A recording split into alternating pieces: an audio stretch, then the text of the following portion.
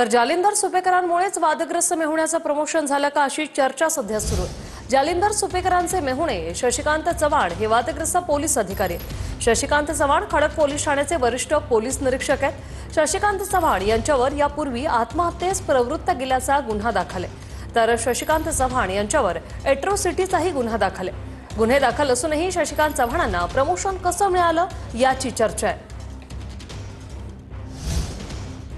सुपेकर असो, त्यांचे मेहुणे असो, हे सगळे पोलीस ऑफिसर्सच्या नावावर एक डब्बा आहे। यांच्यावर, त्यांच्या मेहुण्यावर अॅट्रॉसिटी म्हणा, असे अनेक आरोप असताना त्याची प्रत्येक वेळेस त्यांना प्रमोशन मिळत गेलं।